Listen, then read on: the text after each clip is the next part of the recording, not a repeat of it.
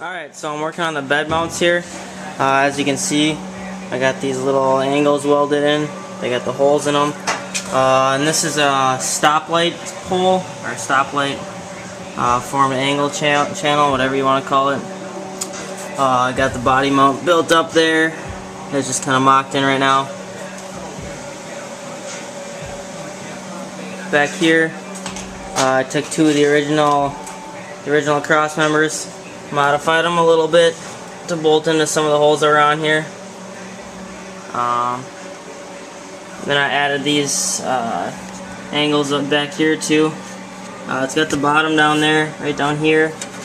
But I wanted to add more strength, so I added up top too, so it just bolts all the way through both. So it'll be nice and strong. I got that side over there welded up. I just gotta weld this side up.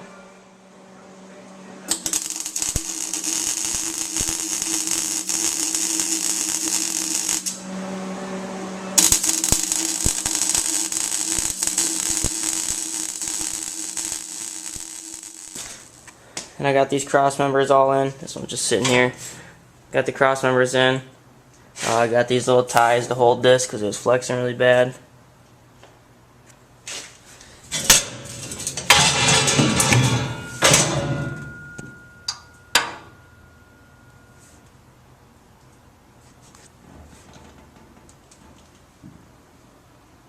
I got this one tied to this cross member here, just threaded some holes, bolted in. Got my compressors mounted up. It's on a 2x6 green treat. I use wood because it'll suck up the vibrations. And I also put rubber in between the wood and the steel in here. And then it's got the rubber bushings here. And I got my air filter box over there.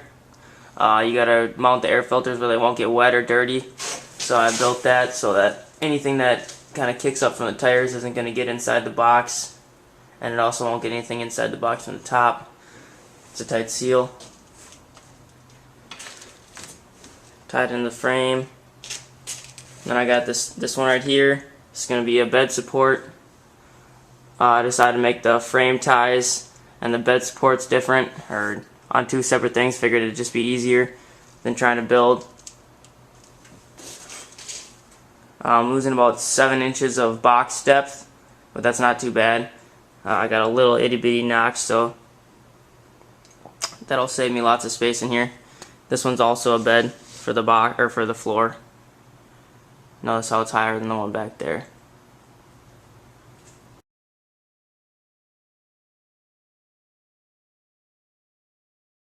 Alright, so right now I'm working on the rear bumper mounts. Basically, here's the stock bumper.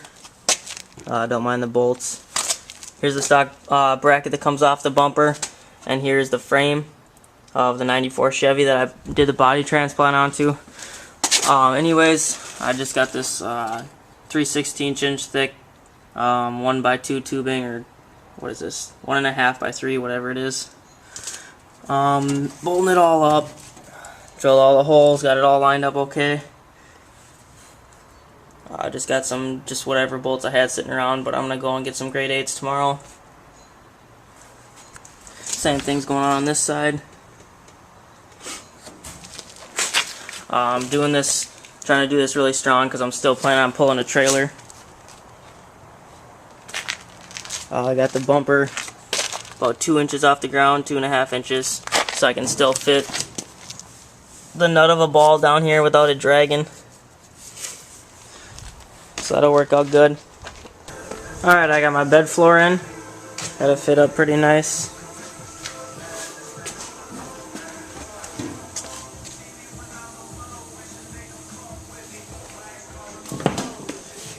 It's a bed floor out of a 94 Chevy.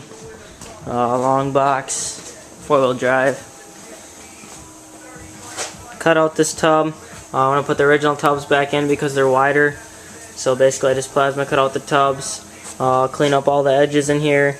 I gotta make it a little bigger for these tubs to fit. I'm gonna put those tubs in from the underside and then bolt them up because I think it'll look better. I just gotta cut out the other side, do the same kind of deal.